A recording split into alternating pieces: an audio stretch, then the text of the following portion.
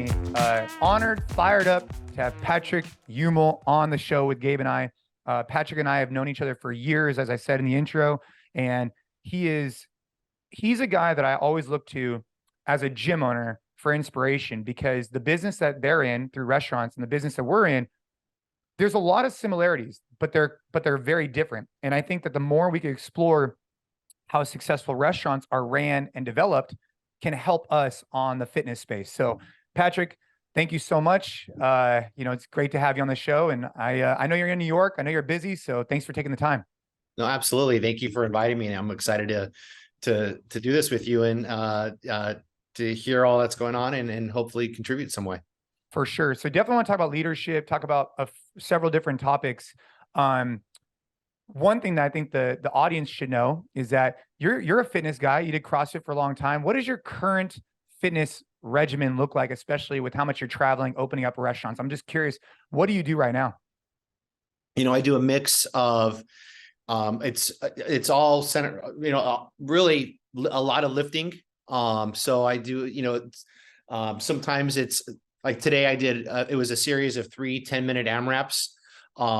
So, like today it was, 10 bench, 10 bench, 10 row, 10 fly, for as many rounds as possible for 10 minutes. And then there was another, so it's a mix of CrossFit, lifting. I do yoga, a lot of, as I'm getting, a lot of stretching. And then I, kind of, interlace that with some some running, outdoor running, tread running, that type of stuff, biking. Dude, it sounds like Gabe's routine. Well, not these days. No yoga and very little biking. But Patric, I'd love to take just a little step back. I know you've been on the podcast before, but for people that maybe, haven't heard your story before, if you could give us like the real quick, like, how you got to where you're at now, synopsis. I think it's a really interesting story, and there's a lot of kind of questions I have along the way. It all started on a farm in North Dakota when I was about a little over 2 decades ago, I started a company with Chef Michael Mina called Mina Group. And our goal, we saw a huge opportunity to help elevate the food and beverage experiences and the dining experiences within the hotel landscape. And so our model and our charge was to partner with hotels and to really bring the headset of a chef and the mindset of a restaurateur and an entrepreneur into that environment and create restaurants that were relevant within the market. But all the while, we're able to work really well within the hotel sandbox. And we were very successful at that. And we're able to, over the past 20 years, grow that business to, just about 50 restaurants globally, with around 3,000 team members around the world, and at a very high level. We were able to scale those restaurants, and our goal was we wanted to open restaurants that were the best in class within their marketplace, and we're always top of the list in terms of best steakhouse or best Italian restaurant, whatever. And we were able to do that. And obviously, the only way to do scale excellence and to do that is through team and through people. And so we were very fortunate in the culture we were able to build and sustain. And so about a year ago, we then created a new company called TableOne Hospitality, where we're really kind of just doing exactly that, what we set out to do at Mina Group, except for it's really a platform for chefs that aren't Michael. And so we utilize all of the systems and all the resources that we built and that helped us sustain excellence at Mina Group. And we do that to help either rising stars or established chefs grow, and we provide them with the infrastructure and the systems and ability to do so. With what you're doing currently now, how are you finding the chefs to work with? I'd imagine there's a lot of really talented chefs out there that would love to work with you, given the repertoire and what Mina Group has been able to do. Yeah, I mean, it's really all through relationships, by friendships within the industry and relationships within the industry. You ultimately, you always want to work with people that you love and that you get along with, and that are, kind of the same kind of wavelength as you. And so it's through relationships and, whether it's my relationships or Michael's relationships, but we've, and having been in the industry so long, we have a lot of great friendships and relationships to help do this. I wanted to ask you, so obviously I've been a fan of the Mina restaurants for years. I was actually at one a week ago, and I think you guys always do a good job of keeping consistency across. I do have a question for the Mina group. You guys opened, 50 restaurants. You've done events all over the world. You've done a lot. And now with TableOne, you are basically going from concept to execution with different head chefs. And so I'm curious, prior you were really using Mina, the brand, that him as a chef. Now you're utilizing additional chefs and their brand, et cetera.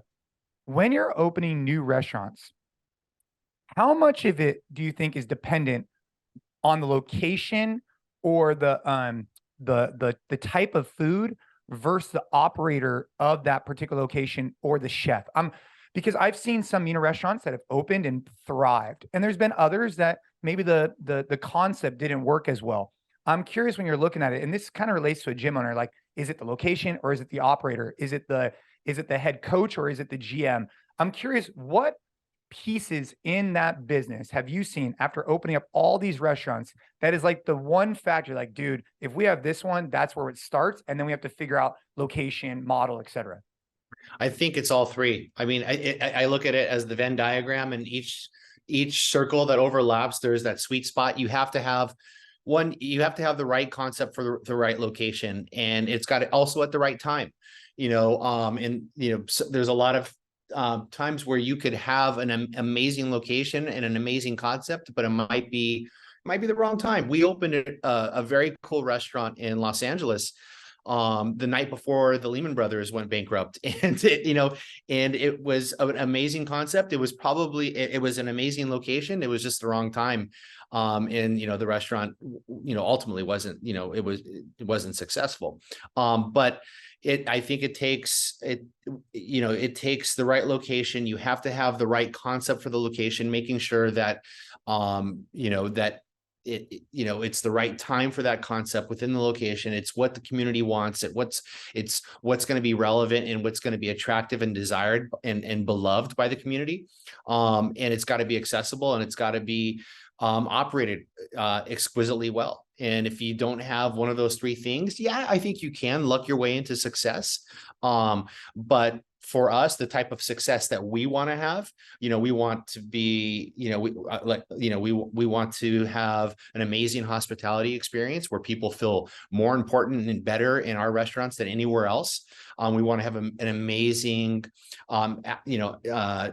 operational experience for our team members. We want to make sure that our team members feel like this is a place that they're thriving and that they come to be part of something special. And we want to make sure that we're having a good financial experience for our partners, and that we're producing great results. And so for us, in order to do that, you've got to have all three of those. Jason, I'm curious what you think about this, because hearing Patrick talk about that makes me think. Jason was recently at Wadapalooza in Miami, and he was talking to a bunch of gym owners, and he said that a handful of gym owners, a good amount, more than you would expect, said that they had purchased and become owner operators of a gym solely because they didn't want the gym to go away, right? So they were a member at a gym that was going to close down for whatever reason, and they took over it just to kind of like keep the community going. And Patrick, you know this, in our space, in the CrossFit space, there's a lot of passion and community in these gyms. But I'm curious to hear both of your thoughts, actually. Is that part of the reason why so many gyms in our space aren't doing as well? Because people are getting in, maybe not for the wrong reasons. I think that's a little bit harsh, but definitely those things you just spoke about are not there, right? It's not the right time, the right person, or even maybe like, the right concept. They're just getting into it because, hey, I love fitness. Like, it'd be great to start this gym, but they're almost getting into it like a hobby, not thinking about it as a business. And then, they're sitting there 5 years later, frustrated about why the thing hasn't grown. Jay, do you think that's part of why we're at where we're at? I think so. But I mean, I guess I would ask Patrick that same question. Like, do you think in the restaurant industry, so in the CrossFit space, one of the struggles that I see, and actually it's a kind of a talking point. So in your restaurants, I've been to, in general, I mean, you guys, I guess you have Pabu, which is Japanese, and you have Greek cuisine, you have American cuisine. I guess that would be the same thing as like Gabe and I saying, hey, we're going to go open up a CrossFit gym. We're going to go open up a F45. We're going to open up an Orange Theory. They're in the fitness realm, but they're different types. How do you open, I'm totally going off on, I'm sorry, Gabe, I went off on a tangent here, but how do you have consistency with different types of food because if we were trying to open up different types of fitness modalities, I feel like it would be very difficult to drive culture because people wouldn't be excited about that specific type of fitness. They're more niche. They're interested in CrossFit, not Orange Theory. Whereas with you, do you then find the leader at the organization, that location, that's specifically passionate about Japanese or specifically passionate about Greek? And I guess that kind of leads into what Gabe's talking about is like, how much of it is just being passionate about the food or the restaurant and what you love versus the business side? Because I think that in CrossFit, it's been way too much passion and not enough business side. Whereas in food, I'm curious how much of it is passion and business. Where does that fall? Sure. So I think there's a lot to unpack there. Let me talk about the first thing first. I don't think anybody's been successful in life if what they're trying to pursue is a hobby, right? I don't think, like, you look at the greatest athletes, you look at the greatest musicians, like Mick Jagger doesn't think performing is a hobby, right? He's obsessed and passionate about doing that. And that's why the Rolling Stones have been amazing for 4, 5, 6 decades, right? And so as a business owner, it's great to have a passion about the business and to have a joyful passion. But if you treat your business as a hobby, that's a recipe for disaster. I think you have to be obsessed with the business. You've got to be obsessed as an operator and as an owner into thinking, how am I going to elevate every single layer of this business and have it thrive. And so, for us in the restaurant industry, we're obsessed. We're obsessed with the restaurant business. We're obsessed with the restaurant experience. And it starts with love and passion. And obviously I have a love and I have a passion for food and for understanding culture and society through what happens at a table. And I when I go to visit different cities, whether I go to Lima in Peru or I go to Rome, I'm sure I want to go and I want to, end up at Machu Picchu and see the sights, but I really want to eat. I want to see what the people are eating. I want to understand the history of the foodstuffs, and I want to see the techniques and the stories behind all the artisans that bring that together. And then I get to come and bring that experience back home and share that with our team, and they get inspired and invigorated by it. And then we get to share it with our community. And then we get to be obsessed and passionate about, okay, we had this vision of what we want to share with people. We have this vision of how we want it to be orchestrated. Now, how do we create the system in order for that success to be replicated on a minute by minute, day by day basis, so we can create a high level of happiness within our restaurant and within our ecosystem, within our community. And obviously, that never ends. We have to think about that all the time and iterate that all the time. And, so that's why we're able to go from a cuisine like, Mediterranean cuisine to Japanese cuisine. I guarantee, obviously, Jason, you love endorphins, and you love sweating. And so if, you might not be, might not be an amazing yoga teacher, but I bet you that if you took the platform that you've been able to achieve success for NCFIT and took that headset and that obsession and that mentality, and I, partnered with some amazing yogis and yoga instructors, I bet you guys could create a pretty cool yoga studio that would achieve the same level of success that NCFIT achieves. And that's because you've built, brick by brick, that the systems and and the infrastructure that has created, obviously scalable success. And so that's just what we've done too. I mean, with restaurants. And so we partner with different chefs that specialize and focus in, Japanese cuisine, or specialize and focus in, Mediterranean cuisine, but it's all kind of, on that operating platform and that structure, and operates with the same type of cultural tenets and foundational pillars that all the restaurants do. Man, don't give Jason any ideas. We'll start spinning up yoga studios here. Jiu-jitsu. We're opening a jiu-jitsu gym next week. Time. Let's go. But that actually, Patrick, that makes me curious. So one of the questions I wanted to ask you, on a podcast I was listening to this morning that you were on recently, you were talking a lot about your relationship with Michael Mina, and how, he's always been the visionary, a lot of ideas, and you've always been like the operator that never approached any of his ideas with this can't be done, or this is really tough, or any of those excuses. And my question is, Jason's a very big idea guy. And I feel like a lot of the time the team has to reel him back a little bit. But where do you find the balance of, it not being an excuse of, hey, that literally can't be done, it's distracting us from what we said the priorities are, versus also, not leaning on that too much to be an excuse to not maybe, put the work in for something that, yes, is going to be very hard, but, could ultimately reap, big results in the future?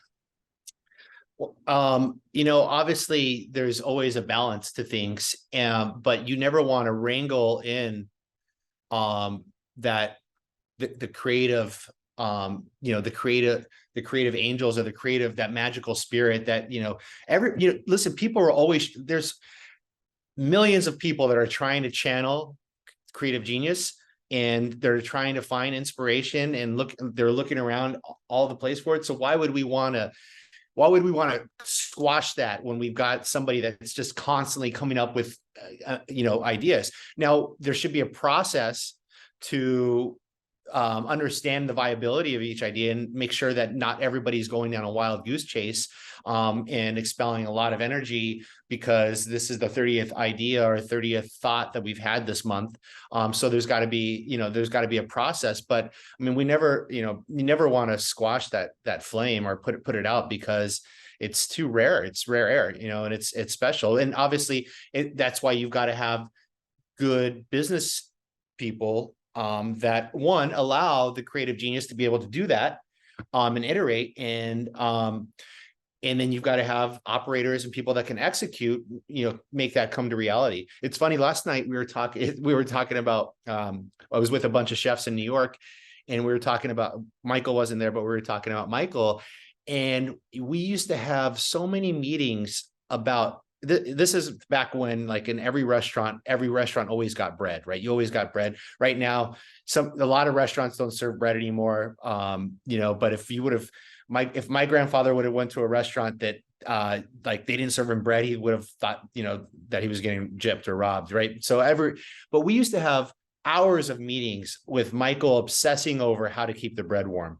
And we would have so many contraptions and devices. I mean, we like hot stones that we would keep in a fire, or we ultimately ended up taking the things that you use to warm the bread warmers. We would use those for the hot stones, and then we would have to put hot stones in the bottom of a basket to keep bread warm, because warm bread is better than cold bread for a lot of the and so, but we would have hours of meetings about that. And Michael would love coming up with different contraptions and ideas on how to keep bread warm, but that was just, and that's bread, something that you're giving to people for free, but that was how passionate, right? He was about something. And so, as at the end of the day, guess what? People were always, well, I can always tell I'm in a meaty restaurant because all the details are together, and the bread service is always amazing, and this touch point's always amazing. And so, a lot of times you can get caught up and get frustrated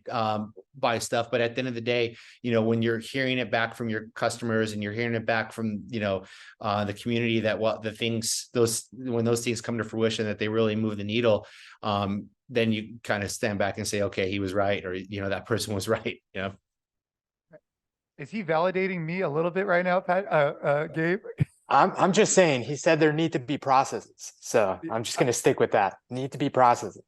No, I love that, Patrick. I'm curious though, sidetrack. How come restaurants aren't serving bread as much nowadays? I mean, I am a sucker for good bread when I hit the Dude. table. Oh, And the good Mina warm group bread. does it right. So for anybody who hasn't been to a Mina restaurant, or one of your new TableOne Hospitality locations, which I want to talk about, Patrick, but not. I want to have Patrick answer your question. However, they have French fries at some restaurants. They have like truffle bread at some restaurants. I mean, you guys don't just do like, oh, here's a baguette. This is like next level. One time I ate so much of your bread with ricotta and honey butter that I didn't eat my dinner because I had like 10 servings of it.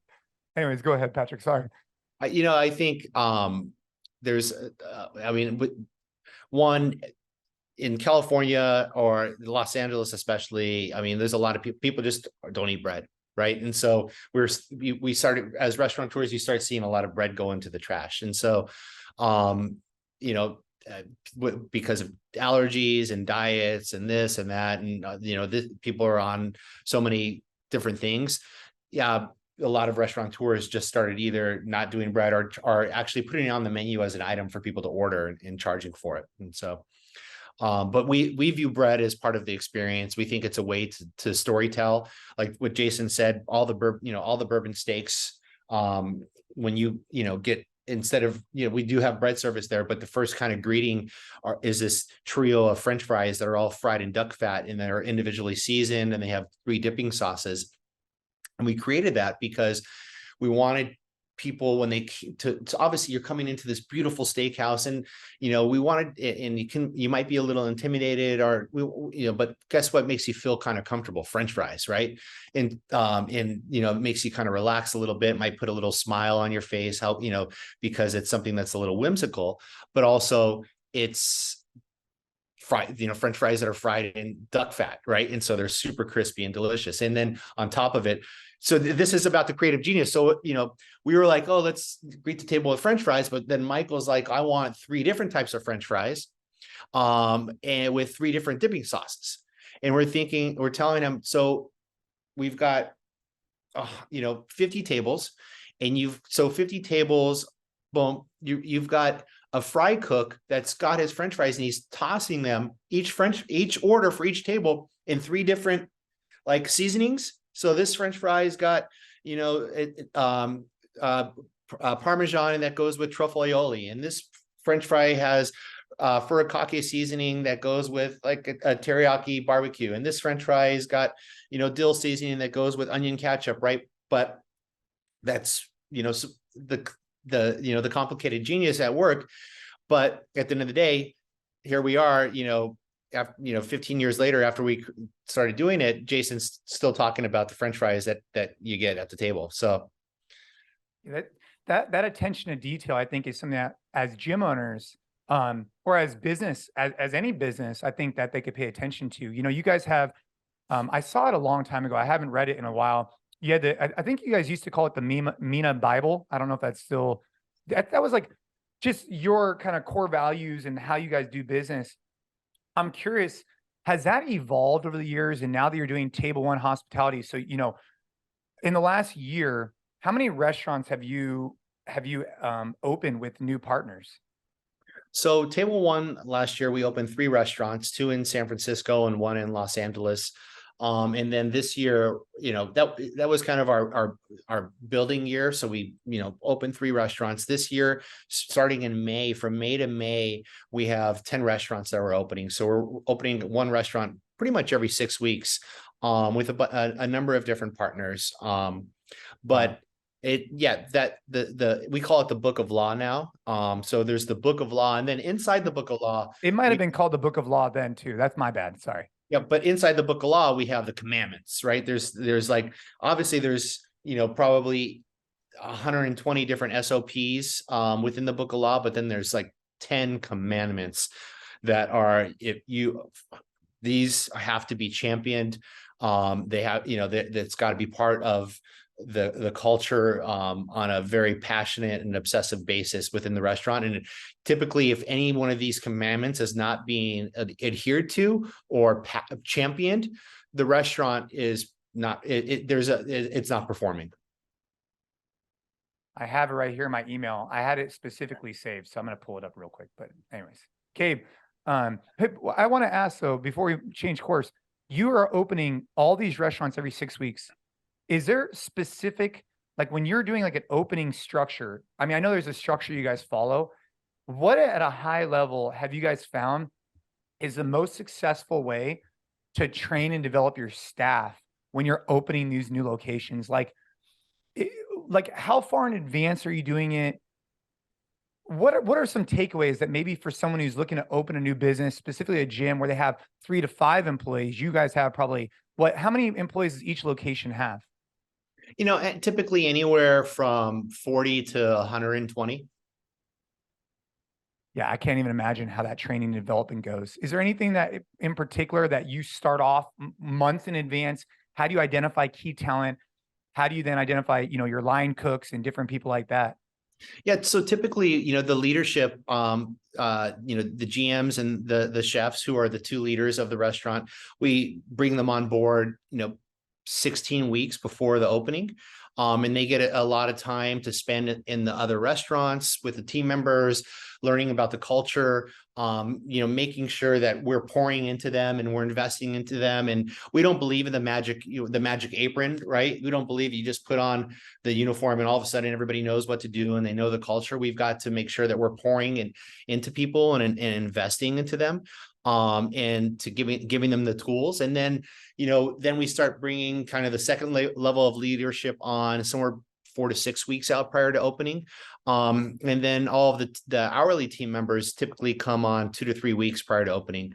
But what's important now and what we've been talking about as our team and we're really focused on is that team member experience. And we're really, right now you hear a lot of belly aching about the workforce that's, in restaurants right now. And, we can't find employees and, the employees we do find, they're not the same anymore. And what we're really challenging ourselves to do is to, one, kind of eliminate that noise but 2 is really flip the script on how we're thinking about that onboarding experience for our team members and making sure that we're from the recruitment experience to the onboarding experience through the training experience and then just the day-to-day experience.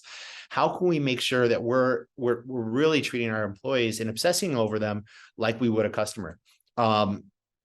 And, how do we make sure that experience is more inclusive for them, more, where they start feeling like they're part of something. And, so at every touch point, our team right now is just completely turning the model over from what we've done for the past, 5 or 10, 15 years. And really obsessing over that, those 3 kind of points. Go ahead, Gabe. Yeah. Well, I was going to ask about, and this kind of ties into starting new teams and what you guys are doing, starting the restaurants. And I think for gym owners, coaches, or honestly, anyone listening, this idea of like creating buy-in is so important. And, one thing that I listened to this morning was, how when you were coming up, being a busboy and then server and then head server and then manager, you were pretty young. I think if I remember correctly, it was like 23, 24, leading a lot of people that were older than you, and I'd love if you can share a little bit here, what you learned there in terms of creating buy-in in a situation where buy-in is pretty tough. And I think that the most direct, like, translation to the gym that I see is we have coaches ask us a lot, if I'm a relatively new coach, how do I, give a cue or give advice to, a 10-year member at the gym? Because yes, I'm the coach, but if I'm a brand new coach, how can I go there and give a cue to like a Jason Khalipa taking my class, for example, and be able to create some buy-in there if there seems to be that disparity in like age and experience? So curious your thoughts there. So, what the story that you're talking about, so I was, very serendipitously, when I started off working in the restaurant business, I got a lot of quick promotion. When I was 18, I was the head busser for a restaurant, and we had 30 other bussers, and I had to write the schedule for all the bussers, make the floor plans. And, my whole MO through life, I never wanted to just like be, I didn't want title to be the thing that earned me loyalty, or that earned, that said, oh, because I'm this, you have to follow me. I wanted to prove it and I wanted to earn it. And so as a busboy, it was just, I was going to be the best busboy, right? I was going to work harder than everybody, be faster, and that was easy to do. But then as you started getting into management, I was very young. I was 22 years old.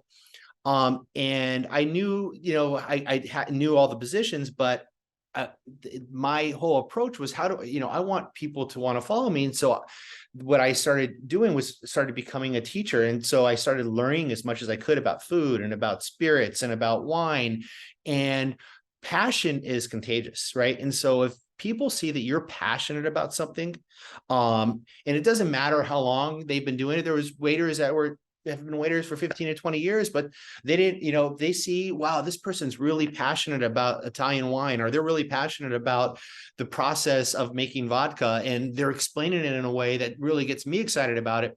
That's going to all of a sudden it's going to start building this type of connection, that then as a teacher, you start becoming, you start as a teacher, but then you can start kind of transitioning into a mentor and a coach. And so, I think, in that situation in a gym, as a new coach, I mean, just if you're passionate and you're showing, if you're constantly teaching and trying to help people become better, better at capacity or better in character, that's, they're gonna see that. And, and that passion is contagious. I love that, man. Yeah. I think it goes a long way with those coaches that, are trying to teach longtime members and get them to buy into some cue or some different way of approaching a workout. Right. And, and I have a funny story. I'm not going to name names. I'll name the good names. So I'm not going to name the bad names. But here we go. I've been working out. Had an amazing gym in Las Vegas when I was there. And then I moved to San Francisco. This was like 15 years ago. And I wanted to become a member of a CrossFit gym. And obviously I had watched all the videos, and I knew who Kelly Starrett was in San Francisco CrossFit, but it was just so far from where I lived. And like in order to get there every day, it was like a 30-minute drive. And, and then I found that there was a CrossFit gym 2 blocks away from where I was living. I was like, how amazing. Right. And so I went there, and we bought like a week or 2 weeks worth of memberships. And after, a week, I was like, we had coaches that were disengaged. They were amazing athletes, and they would do the workouts with you and beat you, but there wasn't coaching, there wasn't engagement, and there wasn't a sense of community. It was type of coaches that wouldn't look you in the eye and that type of stuff. And so we ultimately ended up going to San Francisco CrossFit, where there was an amazing sense of community and where the coaches were actually giving you instruction. And obviously it was amazing at the time. You had Adrian Bosman and Kelly Starrett and all of the great coaches that were there. But that was where we made the trek every day, 5 days a week for, 30 minutes one way, 30 minutes back, but it was worth it because of the community that they created. And so I think, there's something to it. It's not just about instruction. It's about care. It's about passion. It's about, making sure that you're creating some type of connection with the people that are in your gym. Yeah, I think it's a really good testament to, shout out to our buddy Kelly Starrett, who will be on the show here in a couple of weeks. It's a testament to him and his gym and Juliet's gym that you felt so compelled and you saw the value so much that you would increase your commute by 30, 45 minutes to go somewhere. And it's a good testament to any CrossFit gym or any business at all, is that there are people that go out of their way. Like if I want really good Japanese, I'm going to San Francisco. It's an hour drive for me to Pabu though, but it's worth it because I know the experience can be consistent and it's going to be world-class. And I think that that's a good example for us to lean on. One of the questions I had for you is that you're saying that, hey, as an ecosystem, I know that servers in particular, it's been tough, with COVID. It shook up the industry quite a bit, right? For us as coaches, I think that there is this stigma that coaches like a part-time gig, maybe they'll do it for a year or two. how do you make, and can you make career servers similar to, can you make career coaches? Or is it just, hey, look, this is a stepping stone to your career, but you're only going to be here for a certain amount of time, and then you're pivoting on to something else. What's your take on that? I love it. I love this topic. This is what gets me fired up, because you and MDV need to talk. Right. Listen, you're right. A lot of people are in the service industry, and it's temporary for them, and which is great. That's okay. And I'm okay with it, because our goal is, hopefully, one, we're gonna make them great at what they do for the time that they do it, and then but also hopefully we give them a little something that carries on into other parts of their life that they can take in other parts of their career. But here's the thing, right? Whether you're doing this for a minute or a lifetime, if you can't give 100% of yourself to this station of your life, you're never going to be able to do it when the lights are on, or when you're really on stage, right? And so a lot of this might be a temporary position for you. You might be going to school to study to become a lawyer or a doctor or whatever it is. But if where you're at in your life, if you can't give 100% of yourself to what you're doing, and you can't condition yourself to always show up for yourself, because that's who it is. You're showing up for yourself. If you're not building that habit, and you're not building those muscles when you really need them, when you all of a sudden you pass the bar exam and you have to become a lawyer, or you're as a surgeon, if you haven't conditioned yourself to always show up when you say go, you go. At this stage in life, it's not going to show up for you in other parts of life. Tim Grover talks about, listen, if you're not obsessed when you're practicing in the dark, when the lights are on in the arena, you're not going to make the shot, right? And so, to me, no matter what, if I'm doing this for 3 months, I'm going to be if I'm digging holes out in the desert, and for 3 months, I'm going to be obsessed and make sure when they talk about hole diggers, I'm in the hole digger Hall of Fame, right? Because the way he dug holes was amazing. He dug the most holes every day. They were always perfectly measured. His shovel was the cleanest shovel. There was never splinters on it. It was always sharp and polished. I'm going to upset, because if I'm going to do it, I'm going to do it as best as I can. And so again, whether it's temporary or it's permanent, if it's worth your time, it's worth you giving 100% of yourself. Otherwise, you're doing yourself a disservice. You're wasting your time. How do you train that? Because I think that what you're talking about in theory is beautiful. And you live under the basic tenet of Kaizen. Like, you're always under constant improvement. That's a key characteristic of you as a person, right? And for as long as I've known you, right, it's constant evolution. It's always building. It's always improving. How do you instill the mindset you just take? Because I agree with you. I'm sure Gabe does too. Like, whether it's a weekend gig or it's a lifetime commitment, you should be training yourself, especially at a younger age, to be putting out your full effort. Otherwise, you're ingraining poor habits that will eventually come up and bite you in the ass. How do you teach that, though? Because I think it's easy to say, but how do you show young individuals, or individuals who've been in the game a long time, but maybe have gotten, off path, to get on the right path, which is, take pride in the work you're doing, and it will pay dividends in the future, regardless of how you pursue your career? Well, I think, one, they got to want what you're selling, right? And so, we sell a culture, and we sell, one, we're under the assumption that if you're coming to be part of this organization, you want to be part of something special. That this might not be the easiest place to work, and that this might not be the most lax job, that you're walking a high wire act. But if you're here, one, you want to be part of something special. And I assume that I think people wake up in the morning and they want to be good. They want, inherently in the heart of humans, they want to be part of something special. They want to be good. And so for us, we've got, one, that's our base level assumption. It's our job then to show them the good in what they're doing, and as leaders, to set the example and to make sure that they want what we're selling. We can't just say this is what we do and then not do it, right? Little kids all around the country are on basketball courts,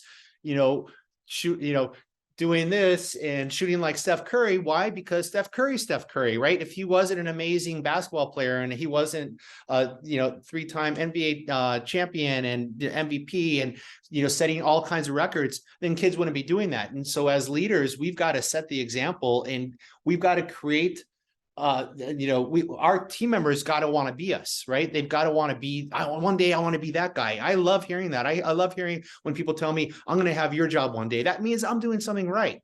I'm setting the example. I'm causing people to be inspired. And so if I can, if I say, okay, what I got, you want, well, now let me show you how to get it, right? And now here are the things. You've got to give 100% of you whenever you're doing something, right? And here are all the different secrets, and it's just little by little you give them little nuggets, and then you have conversation about it. And I'll tell you, the air is different for us in a restaurant. And I get so many people in there because we go really philosophical, and people are like, wow, this is super different.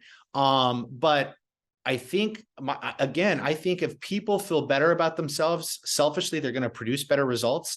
And if I can, for me as a leader, if I can help others grow and be better humans, be better at home, be better at work, be better in the gym, be better in their education. It's going to be better for the world, but two, they're going to come to work and be better. And so, I obsess over that, and we really try to drive it home. And so it's by walking the walk, talking the talk, making sure that we're creating the culture, creating the buy-in, showing them how, being there, giving them the support, but giving them that dream to want to reach.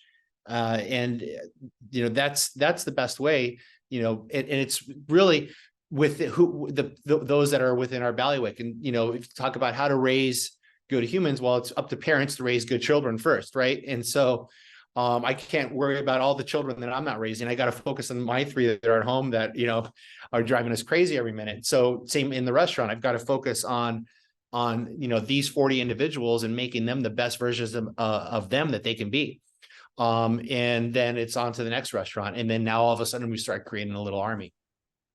Man, I think that was the most important piece of the pie. It's such an important topic. And, little backstory on early in my coaching career, because this is one of the most impactful pieces of feedback I ever got and stuck with me since that moment on.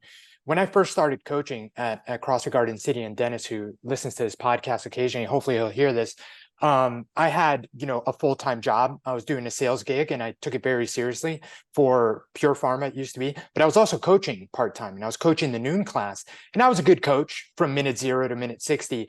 But one of the things that I would do is, like, as soon as class was done on the clock, like even while people were still finishing up, I would run out to start looking at emails and doing my full-time job, because at the time I was like, I'm only coaching part-time. This is just what I do because I get a free membership and I coach a couple classes. I enjoy it. But what I'm really focused on is this sales job that I have. And he pulled me aside and gave me the feedback straightforward. He was like, hey man, if anything's worth doing, do it right. You're a great coach. And all it takes is, 2, 3, 4 extra minutes to close up class and, give up high fives, make sure the last member is done, putting their equipment away and all done. And, it's just 3, 4 minutes extra that it's going to take you that really encompasses the experience and would make, what I was putting out from 80, 90% to that 100% effort. And it really stuck with me. And this is years back. So I love how that's such a big piece of what you preach, Patrick, because it's honestly been one of the most impactful pieces of feedback that I've gotten from a mentor, a leader, and someone that was my boss at the time that has stuck far beyond, because I don't necessarily coach now, but it's applied to everything that I do now for NCFIT. One thing that I wanted to get, Patrick, because you were talking about being a parent. So I recently, we just had our first, we have a 3-month-old son. So we're in the thick of a complete new stage in life. But one thing that you said on a podcast I was listening to this morning was rules without relationship equal rebellion, and how that, very much applies to, management and leadership, but also parenting. So I'd love if you can share it on this podcast too. Yeah. I mean, I think that,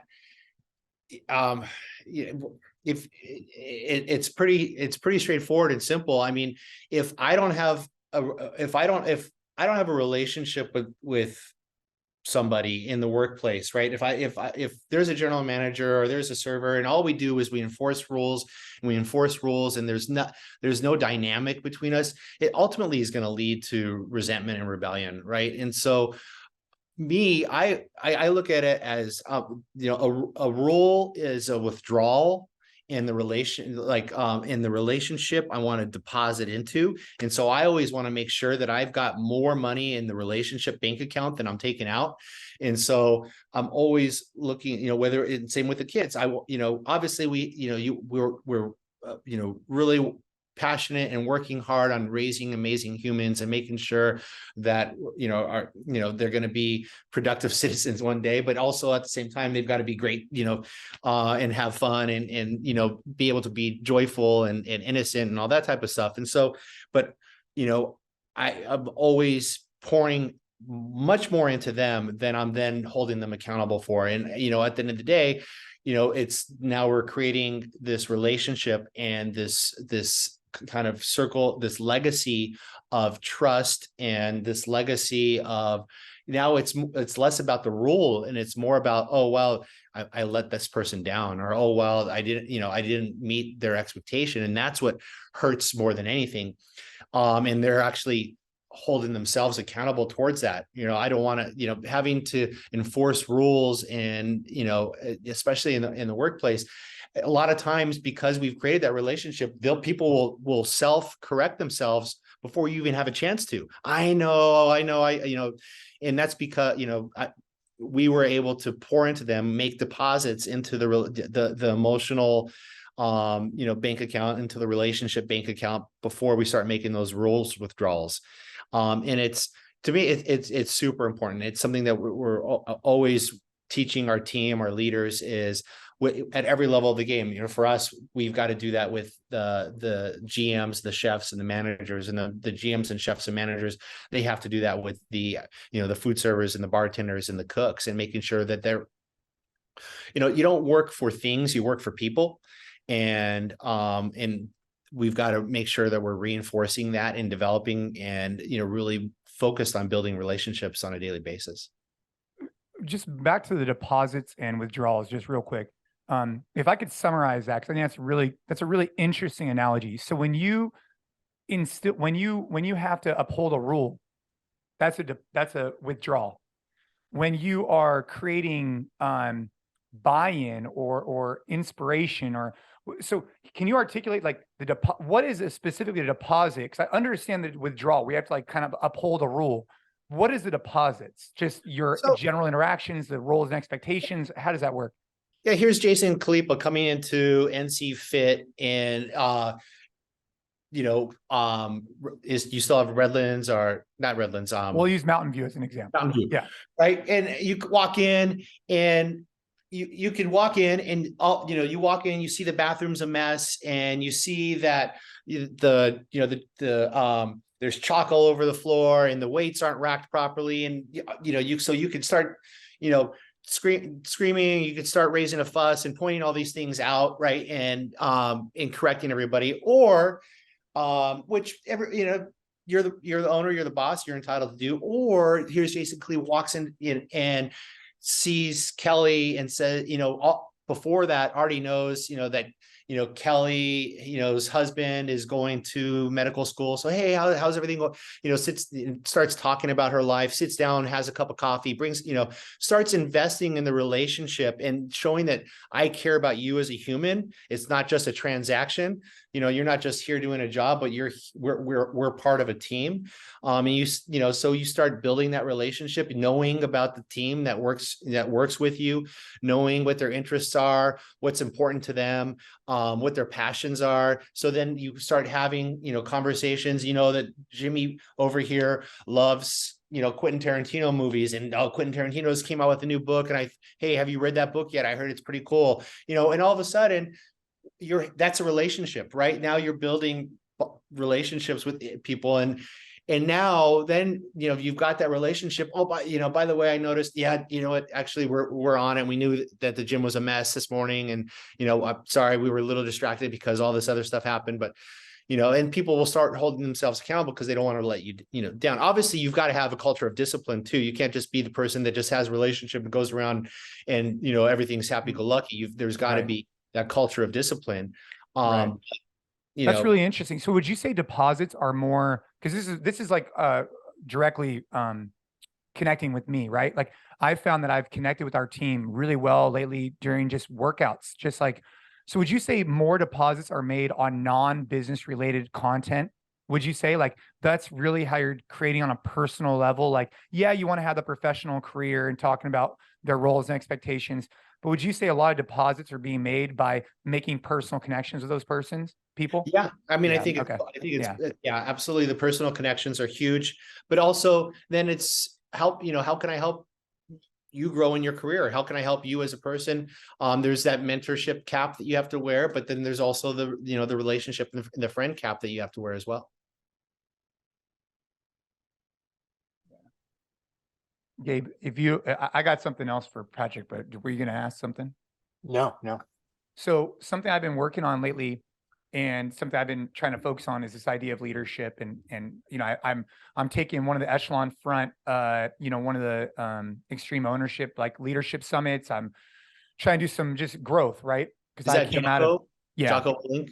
Yeah. Because I came out of college, came out of high school, basically right into the gym business. And, very similar to you, right? We got into it early and I've been trying to be the best I can, but there's so much more we could do. One of the things I've been reflecting on is that before I get on a call, so when I'm in person, it's pretty easy to, I'm just kind of me, especially when I'm in the gyms. I'm always pretty much happy because I love being in the gym. But sometimes when you get on calls or business meetings, sometimes it could just be, it's not where I thrive as much. And I have to intentionally tell myself before I go into these calls that as a leader, I need to show up a certain way. I need to show up professional, inspirational, composed. I need to be able to listen, but also give actionable items. Is there anything that you think about going into a call with your team or when you walk into a restaurant that you tell yourself, maybe it's a mantra, maybe it's and I'm asking this selfishly, by the way, is there a mantra or something that you go into each call, each meeting, and you remind yourself, like before a workout, I say like, move fast, breathe slow. It's like, it's my mantra. It's something that reminds me how I want to attack how I want to address it. Is there something from a leadership perspective that you do going into a new restaurant, getting on a phone that reminds you of how to be balanced? Yeah, so there's three things that I do.